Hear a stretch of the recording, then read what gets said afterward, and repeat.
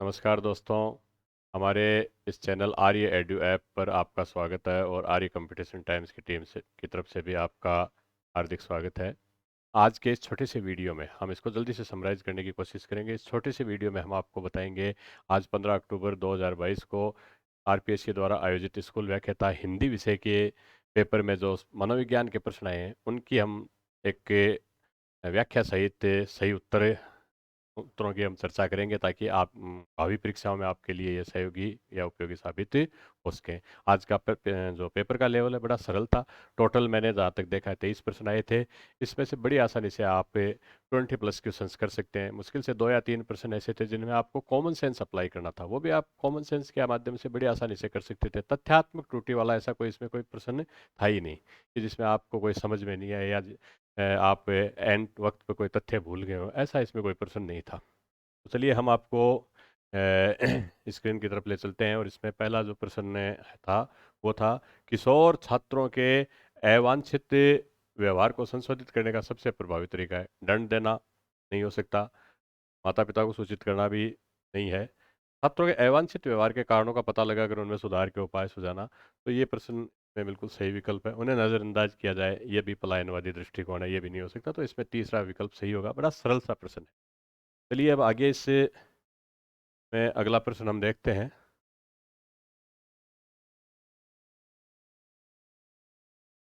निम्नलिखित में से कौन सा सिस्टम प्रणाली का समष्टिज है?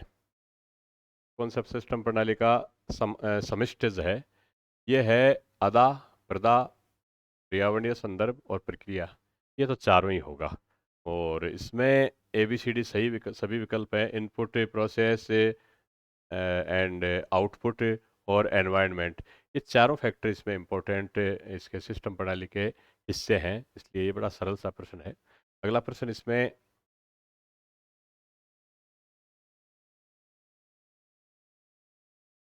शिक्षक स्कूल में छात्रों के लिए एक आदर्श मॉडल है। कक्षा में शिक्षक जो कहता है या करता है छात्र उसका अनुकरण करते हैं। अवलोकनात्मक अधिगम प्रक्रिया के अनुसार इस मुख्य प्रक्रिया को कहा जा सकता है। ये अल्बर्ट बांडुरा के प्रेक्षणात्मक अधिगम या सामाजिक अधिगम के चारों स्टेजेज हैं। और इन चारों स्टेजेज में सबसे पहली स्टेज है बालक ध्यान देता है, फिर धारण करता है, फिर उत्पादन, और लास्ट चौथी स्टेज है अभिप्रेरणा। अब यहाँ पे देखना ये है कि छात्र उसका क्या करता है, अनुकरण करता है। अनुकरण यानी उसको रिप्रोड्यूस कर रहा है। तो इस यहाँ पे इसमें उत्तर सही होगा, उत्पादन। इस क्वेश्चन का उत्तर इसी से मिलेगा। चारों आपके पढ़े हुए हैं, सुने हुए हैं, लेकिन बड़ी आसानी से आप इस अनुकरण है या इमिटेशन, इमिटेशन यानी आप उसको रिप्रोड्यूस कर रहे हैं, उसकी नकल कर रहे हैं, अनुकरण कर रहे हैं। तो ये इसका सही उत्तर होगा। अगला प्रश्न इसमें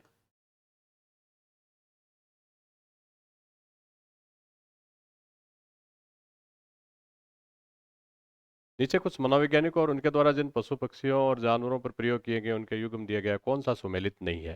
थार्नडाइक का बिल्ली है। इसमें कोहलर का सुल्तान चिंपांजी होगा, इसलिए इसके ऊपर डिस्कस करने की कोई ज़्यादा महत्वपूर्ण आवश्यकता नहीं है। पावलोव का कुत्ता है, स्किनर का चूहा और कबूतर दोनों थे, और कोहलर का सुल्तान नामक चिंपांजी था। तो यहाँ कबूतर दिया, तो ये विकल्प इसमें सुमेलित नहीं होगा। बड़ा ही सरल प्रश्न है। इसमें मेरे हिसाब से शायद ही कोई स्टूडेंट इसको गलत कर सकता है।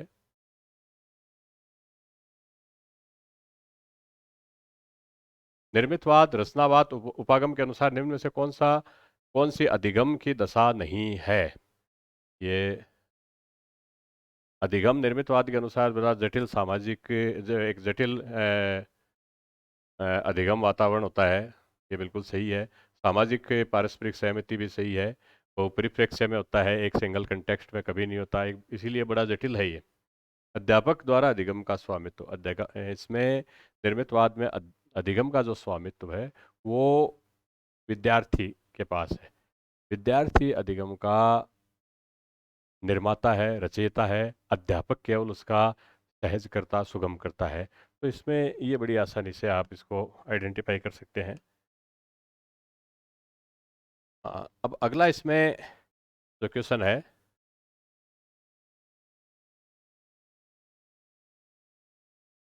संवेगात्मक बुद्धि का प्रत्यक्ष एवं प्रमुख तत्व है। संवेगात्मक बुद्धि में देखो बुद्धि लब्धि, इसमें पूछा है प्रत्यक्ष एवं प्रमुख तत्व। तो प्रत्यक्ष एवं प्रमुख तत्वों में बुद्धि लब्धि कोई ज़्यादा महत्वपूर्ण नहीं है।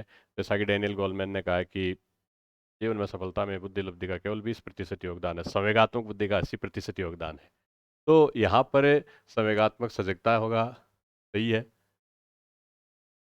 संवेगात्मक नियंत्रण भी होगा, और अभिक्षमता ये नहीं है। तो इसमें बी और सी ये विकल्प इसी में दिया हुआ है, बड़ा आसानी से ये प्रश्न आप सही कर सकते हैं। नेक्स्ट प्रश्न इसमें है,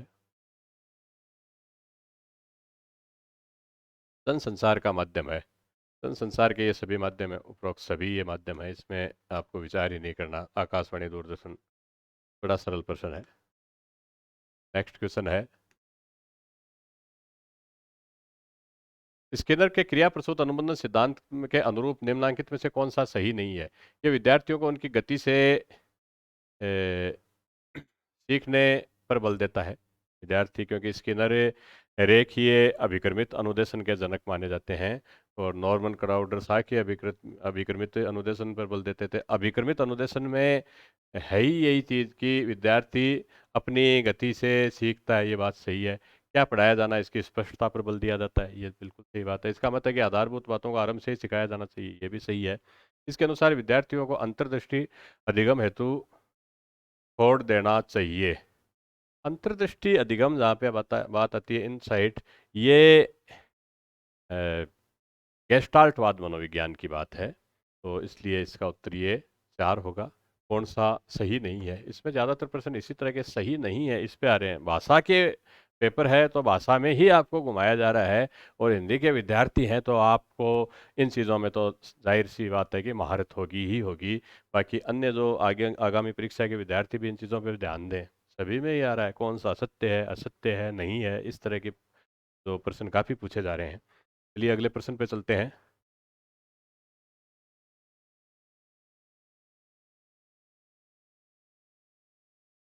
हो गया था।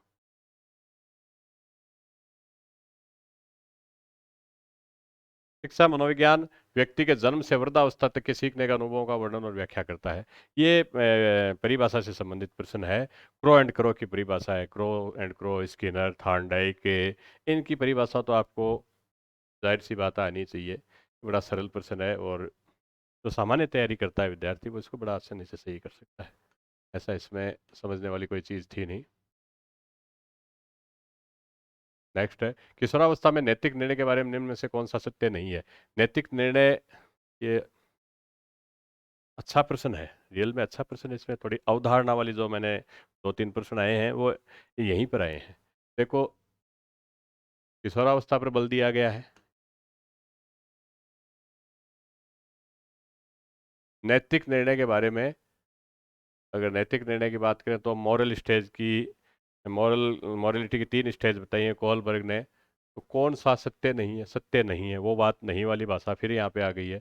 तो नैतिक निर्णय कम स्वकेंद्रित होते हैं। सही बात है, किशोरावस्था में जो नैतिक निर्णय है वो आत्म केंद्रित होने की बजाय एक व्यापक सोच भी बालक की हो जाती है, एक व्यापक चेतना का विकास हो जाता है। तो ये कम स्व केंद्रित होते हैं, ये बात सही है, बिल्कुल सही बात है। दूसरी है, नैतिक निर्णय कम मनोवैज्ञानिक तनाव या दबाव पैदा करते हैं। ये बात इस बात से मैं सहमत हूँ कि नैतिक निर्णय, क्योंकि यहाँ पर पोस्ट कन्वेंशनल स्टेज आ जाती है, वहाँ पर आपको कुछ नियम कानून, जो पूर्व स्थापित मान्यताएं और कानून है, उनको आपको तोड़ना पड़ता है, और उन नियमों को तोड़ के नए नैरेटिव उनको क्रिएट करना पड़ता है। नए नैरेटिव क्रिएट करना एक बड़ा चैलेंजिंग टास्क है कि आपके अंदर अंतर्द्वंद की स्थिति उत्पन्न कर सकता है, तनाव उत्पन्न कर सकता है। तो नैतिक निर्णय कम मनोवैज्ञानिक तनाव या दबाव पैदा करने वाले हो ही नहीं सकते, ये तो ज्यादा तनाव पैदा करेंगे, और खास तौर पर किशोरावस्था में तो तनाव और दबाव होगा ही। ये चीज सही नहीं है। नैतिक निर्णय अधिक संज्ञानात्मक होते हैं। जाहिर सी बात है, किशोरावस्था में संज्ञानात्मक विकास ज्यादा होता है। नैतिक निर्णय ज्यादा अमूर्त होते हैं, अमूर्त चिंतन भी होता है। तो यहाँ पे दूसरा नंबर बड़ा आसानी से सही होगा। ये प्रश्न केवल थोड़ा सा आप सोच लेते तो बड़ी आसानी से इस प्रश्न को हल कर सकते हैं। इसमें केवल लैंग्वेज की, आपको कोहलबर्ग की तीनों स्टेजेस के बारे में इनकी जो एक जीस्ट या समरी है, अगर वो आपको पता है, सार पता है, तो इस प्रश्न को आप आसानी से हल कर सकते हैं। अगला प्रश्न है, शिक्षण प्रतिमान एवं प्रतिपादक का सही युग्म है। देखो रिचर्ड सचमैन पूछताछ प्रश्न जो इंक्वायरी ट्रेनिंग मॉडल है इसके प्रतिपादक हैं, ये मुझे दिखते लग रहा है। बाकी ग्लेसर प्रगत संगठन प्रतिमान ये आसुबेल का है, तो ये गलत होगा। जिन प्याजे ये संप्रत्यय ये ब्रूनर का है, तो ये प्रश्न बड़ा आसानी से आप सही कर देंगे। ये चारों मॉडल और इनके प्रतिपादक, इसके अलावा जो लेसर नॉन मॉडल्स हैं जो आपके सिलेबस में सीधे नहीं है, उनको भी आप एक सरसरी दृष्टि से आप देखना जरूर, उनसे रिलेटेड प्रश्न आ सकते हैं।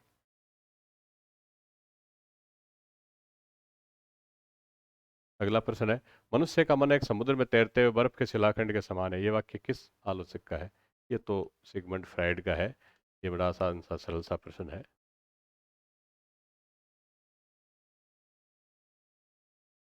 संप्रेषण प्रक्रिया का प्रथम तत्व है। संप्रेषण प्रक्रिया में इन दिए गए विकल्पों में प्रथम तत्व संदेश भेजने वाला होगा, जो माध्यम है चैनल है, तो बाद में आता है।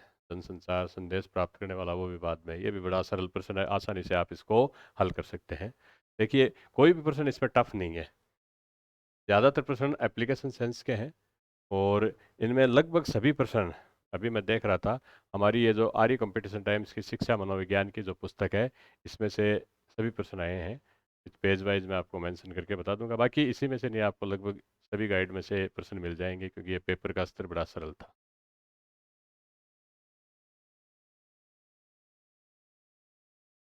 एट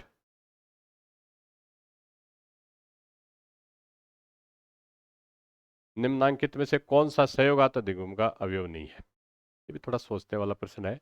इसमें एक जो मैं अप्रोच लगा रहा हूँ, मैंने सोच रहा हूँ वो ये है कि इसमें आमने सामने की अंतक्रिया होती है, छोटी टीम होती है, ये चीज़ सही होगी। सकारात्मक अंतर्निर्भरता होती है, ये भी सही होगी। इसमें व्यक्तिगत जवाबदेही होगी, चाहे आप समूह में काम कर रहे हो, लेकिन समूह में भी आपकी एक व्यक्तिगत जवाबदेही होती है, तो वो भी सही है। तो संप्राप्ति, संप्राप्ति यानी अचीवमेंट, आपने क्या उपलब्धि हासिल की है, तो ये जो उपलब्धि है या संप्राप्ति, ये व्यक्तिगत ना होकर पूरे समूह की होगी, इसलिए इसमें ये प्रश्न चौथा विकल्प सही होगा। थोड़ा सा इसमें भाषा या एक अवधारणा को समझने वाली सी बात थी। अगला प्रश्न है इसमें, मैं आपको जल्दी से बता रहा हूँ ताकि परीक्षा के टाइम में आपको लंबे वीडियो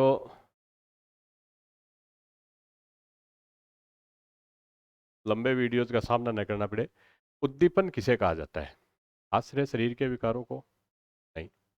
शारीरिक चेष्टाओं को? शारीरिक चेष्टाएं अनुक्रिया में आती हैं। शारीरिक चेष्टाएं किस में आएंगी? अनुक्रिया में। अब ये क्या पूछना चाहता है, उद्दीपन किसे कहा जाता है? विषय के बाहरी चेष्टाओं को, तो इन विकल्पों में, और चौथा है रतिभावों को, ये भी नहीं होगा। तो इसमें विषय की बाहरी चेष्टाएं जो है, ये विकल्प इसमें सही होगा। थोड़ा सा समझने की बात थी इसमें। अगला प्रश्न है,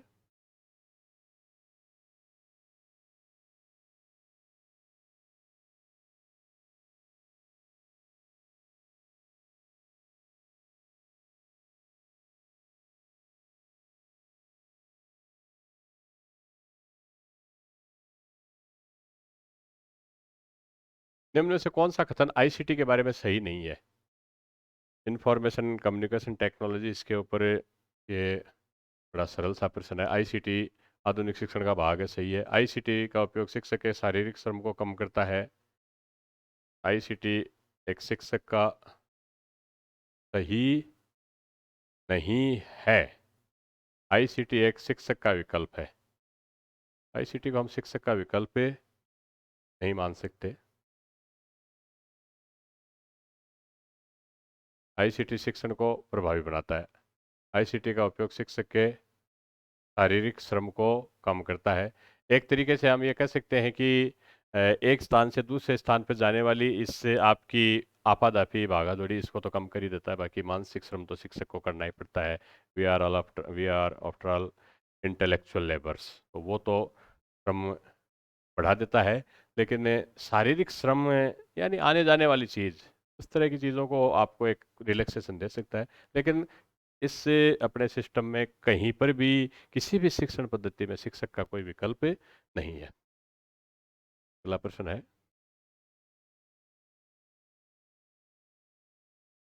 सूची एक को सूची दो से सुमेलित कीजिए। सामाजिक सांस्कृतिक जो अधिगम है, सांस्कृतिक निर्मितवाद आए तो वाइगोट्स्की होगा। नैतिक विकास का सिद्धांत आए तो अगर कोलबर्ग है तो वही नेचुरली आएगा। संज्ञानात्मक विकास का सिद्धांत है, जिन पे आ जाएगा। मनोलैंगिक विकास फ्राइड, ये 2, 1, 4, 3, इसमें दूसरा विकल्प निश्चित रूप से सही है। बहुत सरल प्रश्न है। आपका ज़्यादा वक्त न लेते हुए बड़ी जल्दी से 112 तो हो गया था।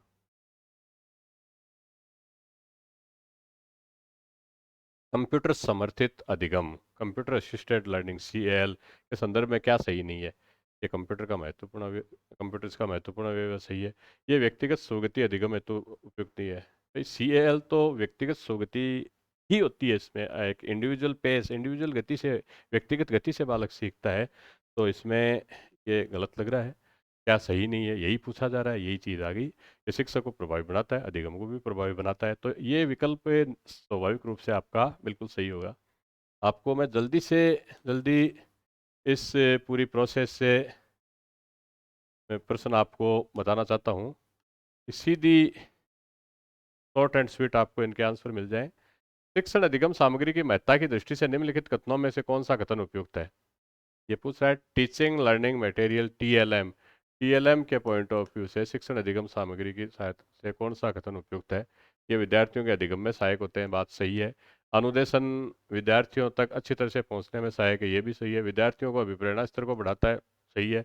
और आनंददायी अधिगम करता है, ये भी बिल्कुल सही है। तो इसमें चारों विकल्प सही होंगे। एबस है जहाँ पे है वो तो लगभग वही प्रश्न सही हो रहे हैं। 4 प्रश्न और है।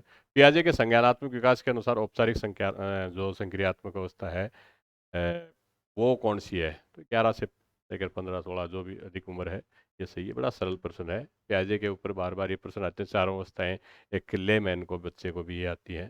बहुत सरल प्रश्न।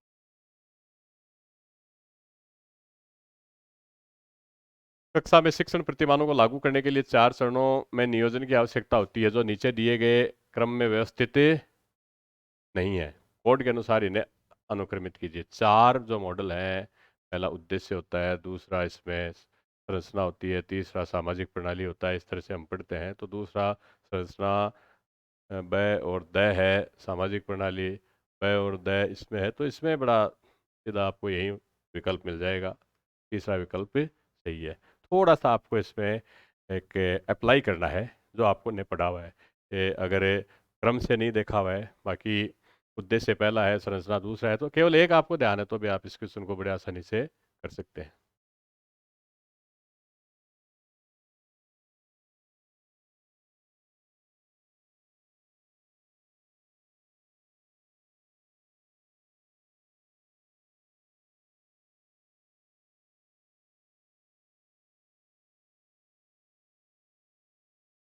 शिक्षा मनोविज्ञान के संदर्भ में निम्नांकित में से कौन सा कथन सही नहीं है? शिक्षा मनोविज्ञान की एक प्रकृति के बारे में प्रश्न पूछा जा रहा है। इसमें से कौन सा कथन सही नहीं है? ये वैज्ञानिक विधियों को प्रयोग करता है। जाहिर सी बात है, ये वैज्ञानिक विधियों का प्रयोग करता है, क्योंकि है ही शिक्षा का मनोविज्ञान विज्ञान है। वैज्ञानिक विधियों का प्रयोग होता है। यह है शिक्षक अधिगम करता है,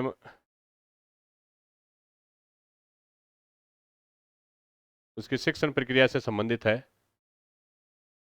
ये बात भी सही है। ये विविध अधिगमकर्ताओं के लिए उपयुक्त नहीं है। भाई ये विविध अधिगमकर्ताओं के लिए उपयुक्त है तो नहीं है, तो ये विकल्प इसमें होगा। ये उपयुक्त शिक्षण विधियों के चयन में उपयोगी है, ये बात भी सही है। तो इस प्रश्न में जो सही ऑप्शन होगा वो होगा